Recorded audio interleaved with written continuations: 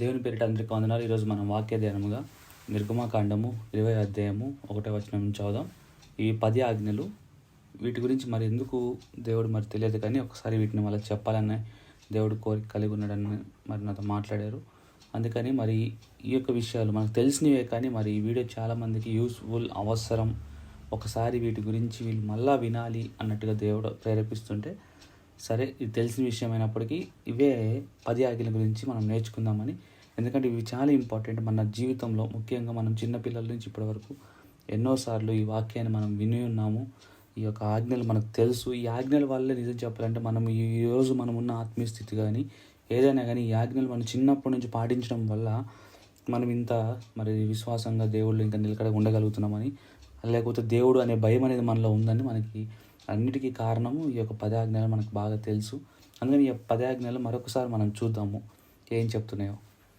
నిర్గమకాండం 20 అధ్యాయము 1 నుంచి చదువుదాం. దేవుడు ఈ ఆజ్ఞలను వివరించి చెప్పాడు. దేవుడు, నీ దేవుడు అయిన యెహోవాను నేనే దాసుల గృహమైన ఎగుప్తులో నుండి నిన్ను వెలుపలికి రప్పించి నేను తప్ప వేరొక దేవుడు నీకు ఉండకూడదు. మొదటిది ఏంటి? నేను తప్ప ఏ దేవుడు ఉండకూడదు. పైన ఆకాశం ఉంది కానీ, క్రింద భూమి ఉంది కానీ, భూమి కింద నీళ్ళు అయిందే కానీ సో మొదటిదేమో నీ దేవుడు అనేవాడు నేనే, ఇంకొకరు దేవుళ్ళు అనేవాళ్ళు ఉండకూడదు. అంటే ఏ దేవుడు అనేవాళ్ళు ఉండకూడదు. అంటే దేవుడు అనేది మరి మనిషి రూపంలో అవ్వచ్చు, లేకపోతే మృగము, యానిమల్స్ రూపంలో అయినా కానీ ఎవరిని దేవుడుగా నువ్వు పూజించకూడదు. బతికి ఉన్న వాటిల్లో దేన్ని దేవుడుగా నువ్వు తీసుకోకూడదు. మరియమ్మ తల్లిని దేవుడు స్వరూపముగా, లేకపోతే దేవుడిని కంది కాబట్టి ఆమె ఒక దేవతగా తీసుకోకూడదు. ఇంకేం తీసుకోకూడదు? యెహోవా దేవుడు అన్న విధంగా కాదు, కానీ యెహోవా దేవుడు తప్పితే యెహోవా దేవుడితో పాటు యేసు ప్రభు కుమారుడని మనం విశ్వసించాలి. అది కూడా చాలా ఇంపార్టెంట్. దేవుడు అనే మీనింగ్లు ఇక్కడ ముగ్గురు వస్తారు. యెహోవా దేవుడు, యేసయ్య, పరిశుద్ధాత్మ. ఈ 3 కలిపితేనే మనకి దేవుడు. గుర్తుంచుకోవాలి బాగా. ముగ్గురు వేరే లేరు. ఎప్పుడు ముగ్గురు కలిసే ఉన్నారు ఎప్పుడైనా కానీ. ముగ్గురిని గ్రహించాలి. ఒకరినే గ్రహించమని ఈ మధ్య వస్తున్న బోధలు తప్పు. అలాగే రెండో ఆజ్ఞ ఏంటంటే, పైన ఆకాశం అందే కానీ, క్రింద భూమిని అందే కానీ, భూమి కింద నీళ్ళు అందే కానీ ఉండు దేని రూపమునైనను విగ్రహము అయినను నువ్వు చేసుకునకూడదు. వాటికి సాగిల పలకూడదు, వాటిని పూజింపకూడదు. ఏలైనగా నీ దేవుడే నేను రోషము గల దేవుడు. నన్ను ద్వేషించు వారి విషయంలో 3-4 తరముల వరకు తండ్రులు ద్వేషించు కుమారుల మీద రప్పించు. నన్ను ప్రేమించు నా ఆజ్ఞలు కైకొని వారికి 1000 తరముల వరకు కరుణించు వాడినై ఉన్నాను.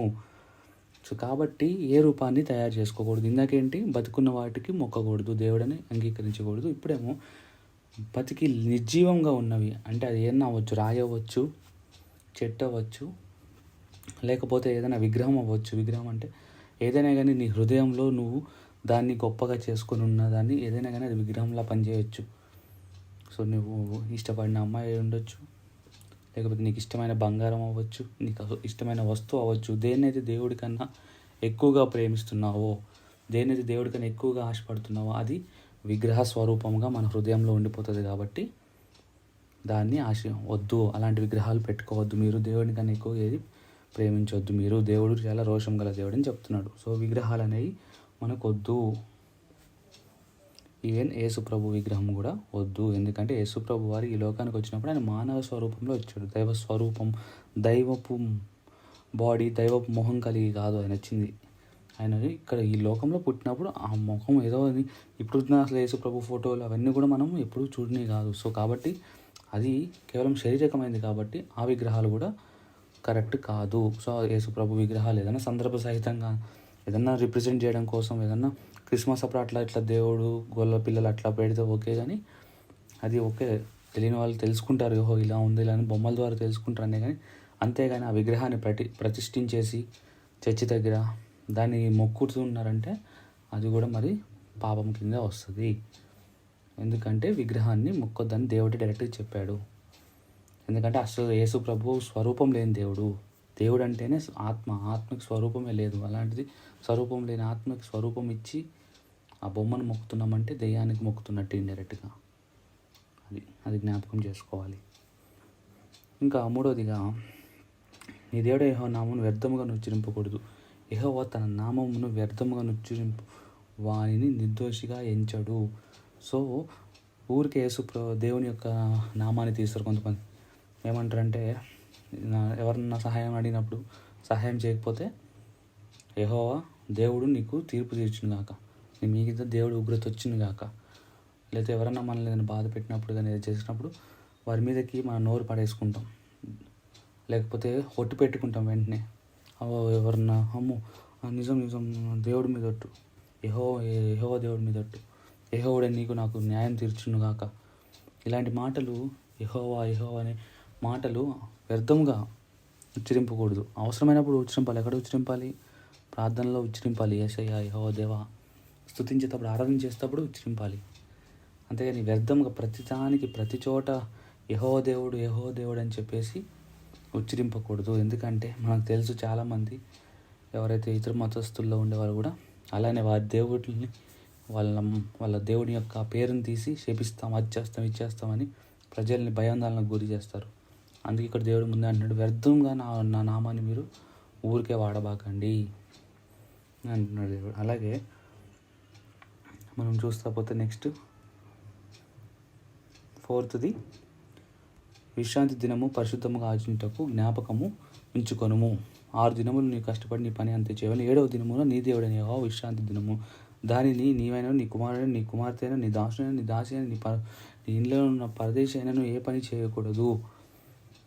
6 దినములలో యెహోవా ఆకాశం భూమి సముద్రమును వాటిలో సమస్తం చూసి 7వ దినమున విశ్రమించి, అందుచేత యెహోవా విశ్రాంతి దినమును ఆశ్రయించి దాన్ని పరిశుద్ధపరచును. ఆ రోజు ఏం పనులు పెట్టుకోవద్దు అంటే తిని పడుకోమని కాదు.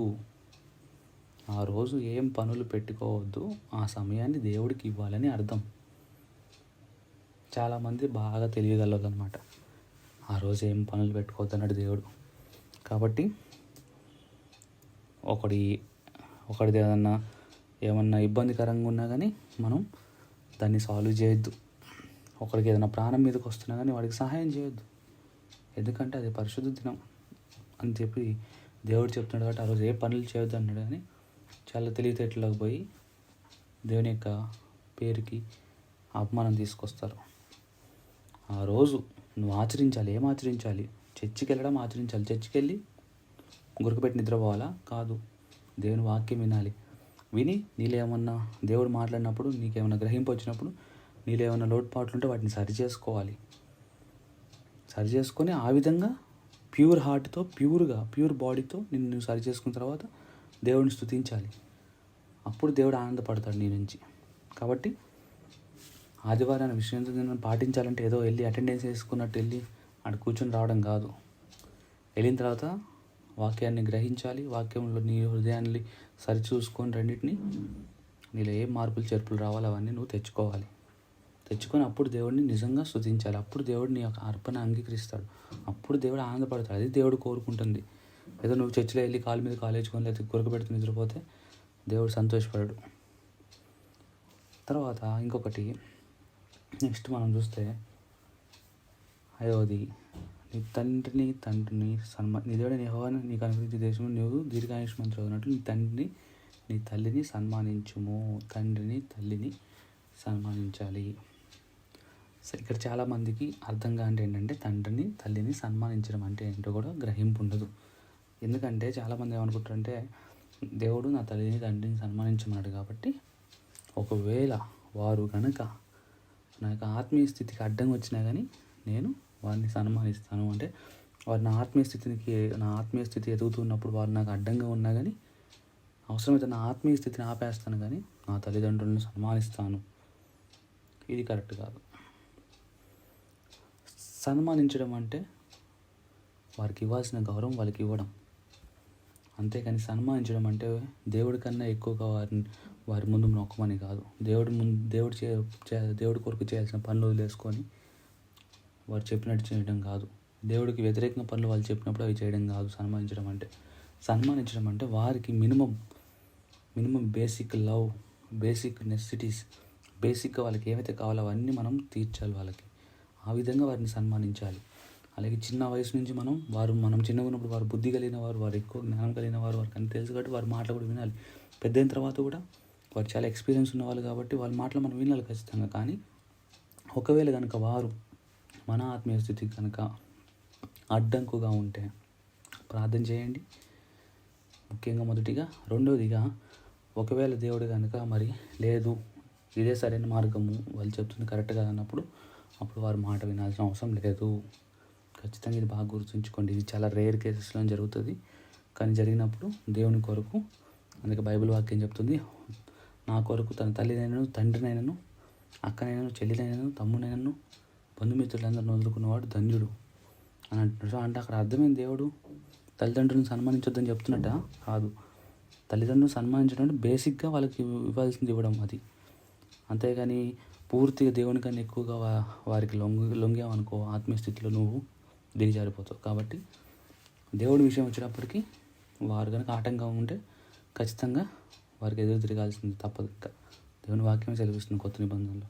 అంటే ప్రార్థన కూడా చేయాలి వారి గురించి. మరి అలాగే ఇంకా నెక్స్ట్ చూస్తే కింద అవుతుంది, దేవుడైన యెహోవా నీకు దేశం నీవు తీసుకున్నాడు, నీ తల్లిదండ్రులను సంబంధించి నరహత్య చేయకూడదు. నరహత్య చేయకూడదు, చంపకూడదు. నరహత్య అంటే ఏంటో కూడా యేసు ప్రభు చెప్పాడు. ఏం చెప్పాడు? నీ సహోదరునితో నీకు విరోధం ఉన్నట్లయితే, గొడవ ఉంటే అది నరహత్యతో సమానం. ఒకరి మీద మనం ద్వేషం కలిగి ఉంటే కూడా నరహత్యతో సమానం. కాబట్టి ద్వేషాన్ని, ఇలాంటి నరహత్యలు మనం మానుకుందాం. ద్వేషం అది ఎవరైనా కావచ్చు, మరి ఎవరి మీద ద్వేషం ఎక్కువ పెంచుకోవద్దు. కోపపడుడు కానీ పాపం చేయకూడి అన్న విధంగా మనం ఉండాలి. ఒకవేళ ద్వేషం పెంచుకుంటే ఏమైంది? కయ్యనులాగా పాపంకి చేయడానికి రెడీగా అయిపోతాం. కాబట్టి ద్వేషం అనేది ఉండొద్దు. నరహత్య చేయకూడదు. వ్యభిచరింపకూడదు అంటే దేవుడు కూడా దీనికి క్లియర్గా చెప్పాడు. వ్యభిచారం అంటే కేవలం హృదయం, శరీరం కలవడమే కాదు, కానీ తన మనస్సులో ఒక స్త్రీని చూసి వ్యామోహంతో చూపులు చూసినప్పుడు కూడా అదే అక్కడి నుంచే స్టార్ట్ అయిపోయింది వ్యభిచారం. ఎందుకు దేవుడు అన్నాడంటే, అది చూసి చూసి చూసి చూసి చూసి ఒకరోజు అది కార్య రూపం దాల్చుకుంటుంది. కాబట్టి అది వ్యభిచారం కింద వస్తుంది. కాబట్టి రెండోది ఏంటంటే, నేను గ్రహించింది ఏంటంటే, యేసు ప్రభు వారు రాబోయే దినాల గురించి కూడా ముందే చెప్పేశారు మనకి. ఏమనంటే, వ్యభిచారం అంటే కేవలం శరీరం కలవడం కాదు, కానీ వ్యభిచారం అంటే కళ్ళతో చూసిన వ్యభిచారం అన్నాడని ఇప్పుడు నాకు అర్థమవుతుంది. ఎందుకంటే సెల్ ఫోన్స్ వచ్చిన తర్వాత పాపం అనేది అంతా సెల్ ఫోన్లో అయిపోయింది. ఈవెన్ ప్రాస్టిట్యూషన్ కూడా సెల్ ఫోన్లో అయిపోతున్నాయి ఇప్పుడు. Video calls to video calls, 10 minutes కింద, 20 minutes కింద, హాఫ్ అన్ అవర్ కింద అని చెప్పేసి మరి వీడియో కాల్స్లో జరుగుతుంది వ్యభిచారం అంతా. సో కాబట్టి కళ్ళతో చూసి పాపం చేసేస్తున్నారు. శరీరం కూడా అక్కడ కలవట్లేదు. సో ఒక్కోసారి అనిపిస్తుంది, దేవుడు యేసుప్రభు ఎంత జ్ఞానం చూడండి. రాబోయే కూడా ముందే ఆయన మరి ఏ విధంగా చెప్పగలిగాడు. సో కాబట్టి అందుకే అన్నాడు ఆయన, కళ్ళతో చూసి కూడా అది చేయడం కూడా వ్యభిచారం అని. కళ్ళతో వ్యామోహంతో చూసిన చూపులు వ్యభిచారం అని చెప్పాడు. కాబట్టి అలాంటి వ్యభిచారం మనం చేయకూడదు. అలాగే ఇతరుల దేవతల్ని లేకపోతే ఇతరుల పద్ధతుల్ని ఫాలో అవ్వడం కూడా వ్యభిచారం కింద మనం పరిగణించవచ్చు. ఏవైతే పద్ధతులు మంచివి కాదో వాటిని ఫాలో అవ్వడం కూడా వ్యభిచారం కింద మనం ఆలోచించుకోవచ్చు. అలాగే దొంగలింపకూడదు, తెలుసు. అలాగే ఇంకొకటి, ఎవరి నుంచి దొంగలించకూడదు? నీ తోటి మనుషుల నుంచి దొంగలించకూడదు, మరియు దేవుడి నుంచి కూడా దొంగలించకూడదు. దేవుడి నుంచి ఎక్కడ దొంగలిస్తున్నావు అని చెప్తుంది వాక్యం. నువ్వు ఇచ్చే దశమ భాగాల నుంచి నువ్వు దొంగలిస్తున్నావు, నాకు ఇవ్వాల్సింది నాకు ఇవ్వట్లేదు అంటున్నాడు దేవుడు. సో కాబట్టి ఇలాంటి దొంగతనం మనం చేయకూడదు. దేవుడే మనకు మంచి ఆరోగ్యం ఇచ్చి కష్టపడి మనము ఉద్యోగాలు చేసుకోవడానికి దేవుడు మనకు కృప చూపిస్తున్నప్పుడు ఆ మొత్తం డబ్బులు దేవునియే. దాంట్లో నుంచి మనం 90% తీసుకొని 10% దేవుడి దగ్గర ఉంచుతున్నాం. అది దశమ భాగం అంటే. నువ్వేదో 10% దేవుడికి ఇస్తున్నట్టు కాదు, అసలు అది దేవుడిదే మొత్తం. కాబట్టి అక్కడ మనం దొంగిలించకూడదు. అలాగే నీ పొరుగువాని మీద అబద్ధ సాక్ష్యం పలకూడదు. సో తప్పుగా అబద్ధ సాక్ష్యాలు మనం పలకకూడదు. ఎవరి మీద ద్వేషం ఉన్నప్పుడు, కక్ష ఉన్నప్పుడు, లేకపోతే మనకి ఏమైనా మేలు కలుగుతుంది అన్నప్పుడు, మనకి ఏమన్నా బెనిఫిట్ అవుతుంది అన్నప్పుడు మనం టక్కిన అబద్ధాలు ఆడేస్తారు. సో అలాంటి అబద్ధ సాక్ష్యాలు కూడా వద్దు. లేదా మన పేరు చెడిపోయిద్దని, లేకపోతే మనం చేసిన తప్పు బయటపడిద్దని ఇతరుల మీద మనం అబద్ధ సాక్ష్యాలు పలికితే దేవుడు చూస్తూ ఉంటున్నాడు. ఖచ్చితంగా మన దేవుడు దానికి ప్రతిఫలం ఇస్తాడు. ఖచ్చితంగా నరకంలో మనకు పెద్ద పనిష్మెంట్ ఉంటుంది. కాబట్టి నీ పొరుగు వారి మీద అబద్ధ సాక్ష్యం పలకకూడదు. అబద్ధ సాక్ష్యం పలకడం వల్ల వాళ్ళ జీవితమే నాశనం అయిపోయే ఛాన్స్ ఉంది. కాబట్టి అబద్ధ సాక్ష్యాలు మనం పడకూడదు. అబద్ధం అనేది మన నోట్లోంచి రాకూడదు. అలాగే నీ పొరుగువాని ఇల్లు ఆశింపకూడదు. నీ పొరుగువాని భార్యనైనను అతని దాసినైనను అతని వద్దున అతని గాడిదైనా నీ పొరుగు వానిది ఏదియు ఆశింపకూడదు. నీ పొరుగు వాడిది ఏదైనా కానీ అది ఆశింపకూడదు అంటున్నాడు దేవుడు. ఈ మధ్య ఇది చాలా ఎక్కువ అయిపోయింది. పొరుగువాడి ఆస్తి మీద కన్నేస్తున్నారు, పొరుగువాడి భార్య మీద కన్నేస్తున్నారు. ఎంత ఘోరమైన పరిస్థితులు చూడండి. దేవుడు చక్కగా చెప్పాడు, బాబు వయసు వచ్చిందా, నిన్ను కంట్రోల్ చేసుకోలేకపోతున్నావు. పౌలు గారు చెప్పాడు, నిన్ను కంట్రోల్ చేసుకోలేకపోతున్నావు, పెళ్ళి చేసుకో. మరి పెళ్ళి అనేది ఒకటి పెట్టాడు దేవుడు, అది చేసుకో, ఆనందించు అని చెప్తున్నాడు దేవుడు. పెళ్ళి చేసుకొని ఆనందించు. ఎందుకు నీకు ఈ బాధలు? అనవసరంగా డిఫరెంట్ మార్గాలు ఎన్నుకొని పాపం ఇంకెలా చేయాలి అన్న విధంగా మరి పొరుగు వాళ్ళదైన దాని మీద ఆశపడటం, ముఖ్యంగా వస్తువులతో పాటు మనుషులతో మీద కూడా ఆశపడటం అనేది ఈ మధ్య కామన్ అయిపోయింది. ఇది బట్టి మనకు అర్థమవుతుంది మనం చివరి దినాల్లో ఉన్నామని.